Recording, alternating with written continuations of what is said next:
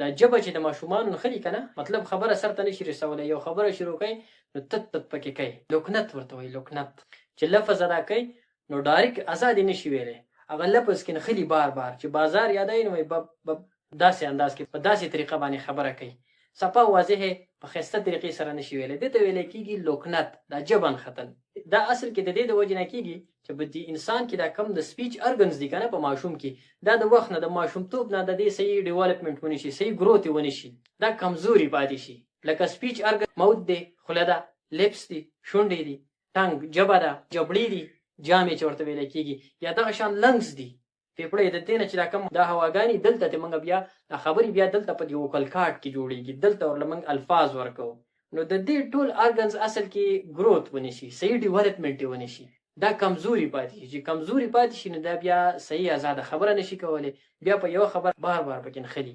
اوس د دې علاج څه دی؟ تاسو ته زه همیشه دپاره خبره کوم، زما همیشه دپاره کوشش دی زه تاسو ته داسې طریقه در وښیم چې د میډیسن نه پې بچ شي،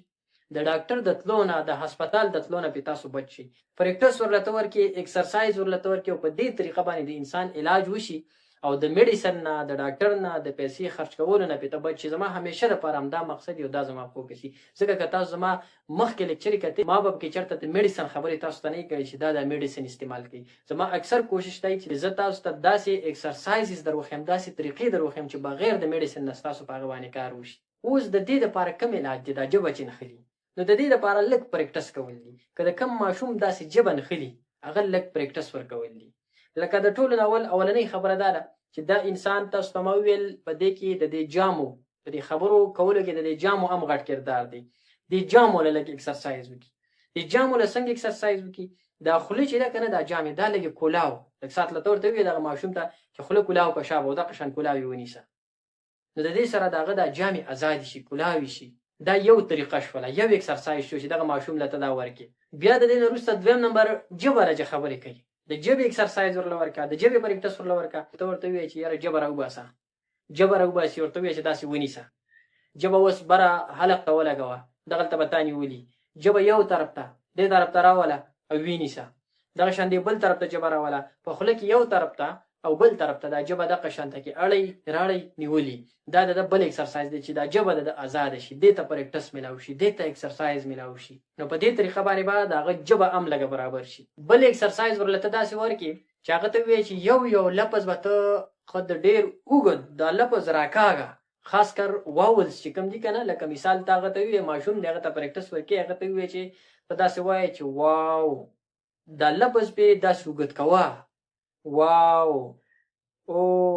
په دې طریقه باندې په دې سبا د هغه دا کم سپیچ ارګنز چې دي که نه دا به ورسره د هغه اکسرسایز کېږي، د هغه به ورسره پریکټس کېږي، نو د دې سره دا ارګنز مضبوط شي، دا ارګنز ډیولپ شي، الفاظ ورسره صحیح کېږي. د دې نه علاوه بل اکسرسایز چې ته هغه له ورکې، بل پریکټس ورله ورکې، نو هغه ته دا وینا پکار ده چې ته کله اوبه څکې یا جوس کې،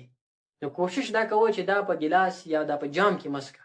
د دې دپاره سټرا نه کوم چې په جوسو کې میلاویږي، هغه سټرا به ځان لره والي او په هغه باندې اوبه څکه، چې ته دغه سټرا ځان ته راکاږي، نو دا ارګنز چې کوم دي که نه دا کومو باندې چې موږ خبرې کوو دې ته به یو پریکټس میلاویږي،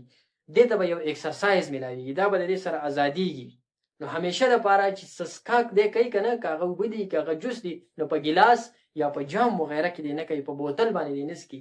دغه دی په سټرا باندې. سټرا هغه پیپ دی په بازار کې د جوسو سره چې میلاویږي، په هغه جوسو باندې چې کله دا اوبه څکي یا جوس کي، نو د ده دا سپیچ ارګنز چې دي که نه دې ته به ورسره پریکټس میلاویږي، اکسرسایز به یې کېږي، نو دا به ورسره مضبوطېږي.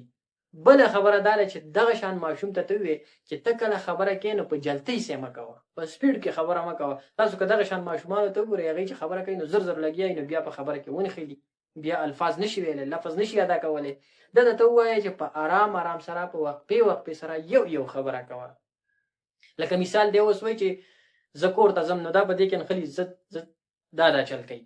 ده ته داسې ووایي چې دا خبره په قلاره کوه، زه کور ته ځم، یو خبره په وقفې سره کوه، جلدی پې مه کوه، زر پې مه وازه. په دې طریقه باندې چې تاسو داسې ماشوم ته پریکټس ورکوئ، نو بیا